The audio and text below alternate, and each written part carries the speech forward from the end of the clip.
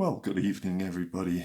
As I now come to the final third or less than that part of the drawing, I undergo one of the worst areas I find to get done, the beard. And I just tend to go by primary instinct by shading it with a pencil or enhancing it with the pencil.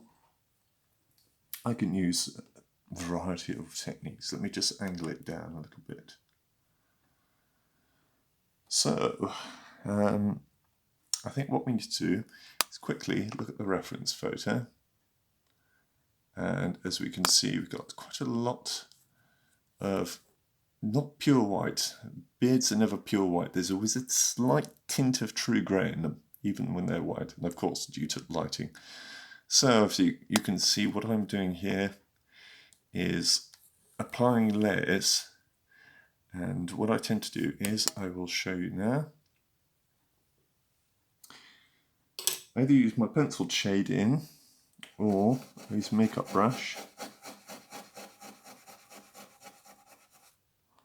So I'm just greying it in.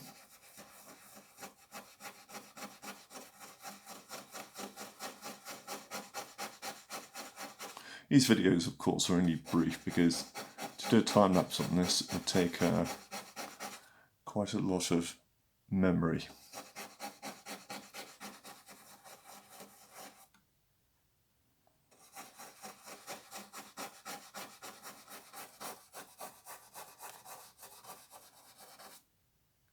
I've actually enjoyed this portrait. I knew when I first took it on board, I thought, I've got to draw this picture of Ian McKellen. So I searched around through Google and I thought, that's a brilliant one.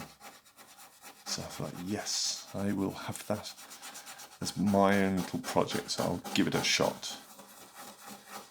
So what I've done is I basically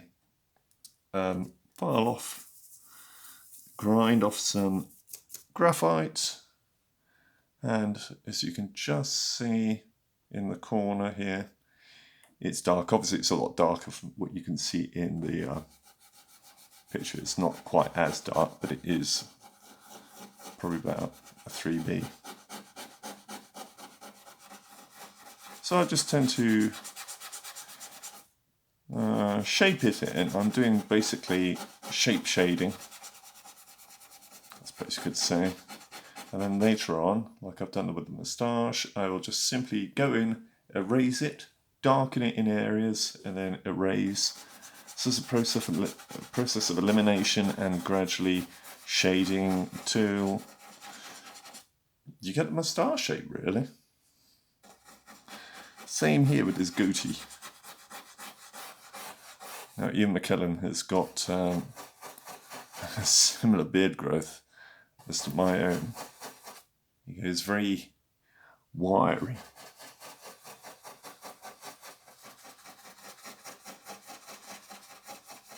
Okay, so we're making some progress.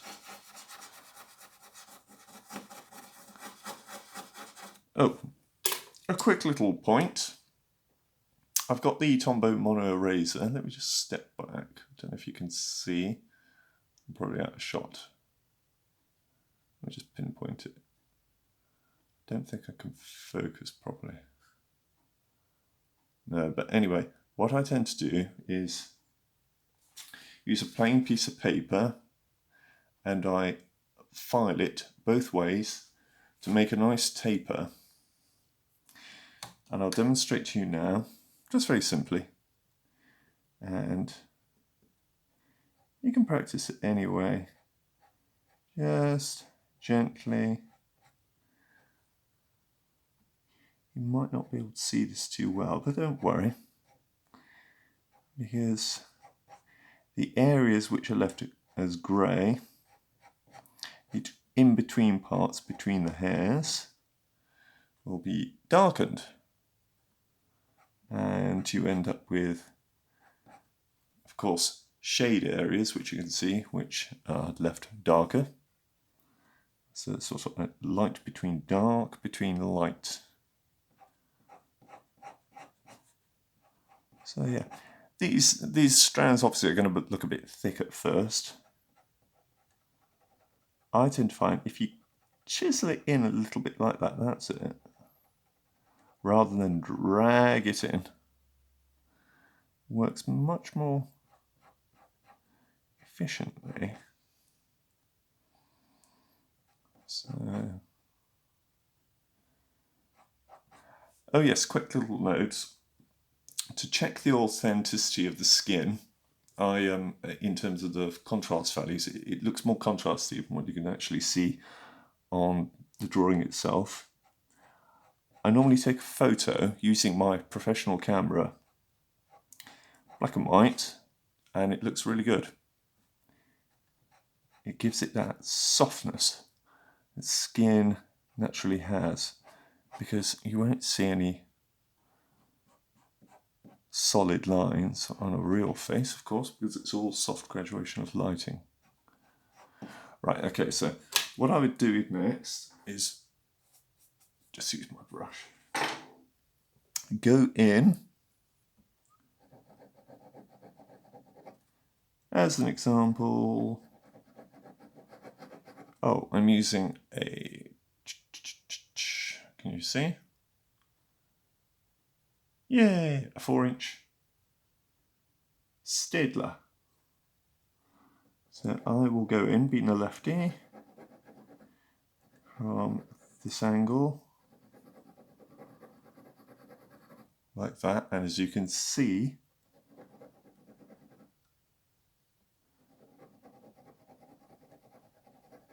there we go, get a bit more separation coming through. And normally I tend to refine the hairs down so they don't look stupidly thick later on. So they look more, it's very difficult in keeping with human hair thickness.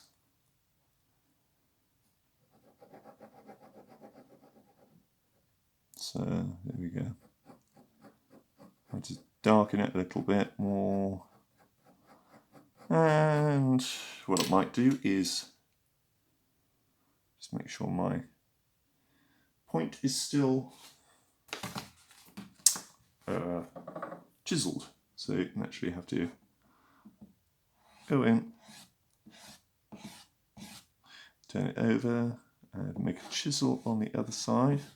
You can use a knife, of course, I'm well aware of this, but I do what feels favourable for me. So quick strokes, like so. Yeah, across, and of course hair is very disorganized, we all know.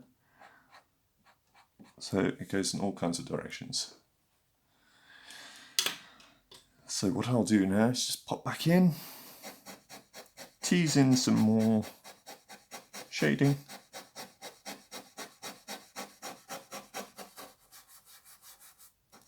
Like so.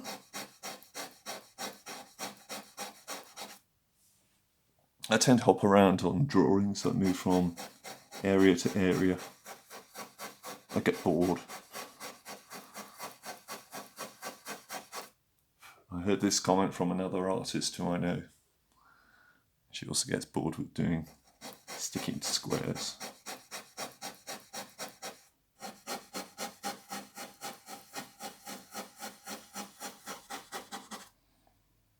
But yeah, it's coming along. Sometimes, as I say, you can create just shapes. You could start with like a section here, just a section here, darken the outer areas, darken this slightly, and then you erase it. So it will create all kinds of shapes, and then gradually the hair will start making its way through.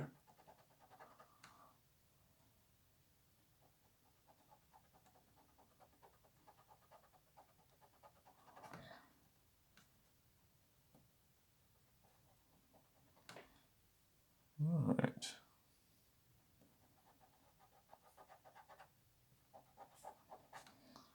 Like da da da da da da da.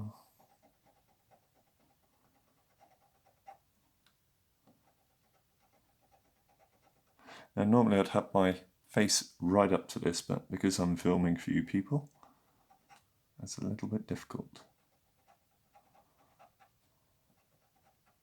We're just happy little pencil artists here today, as Bob would say.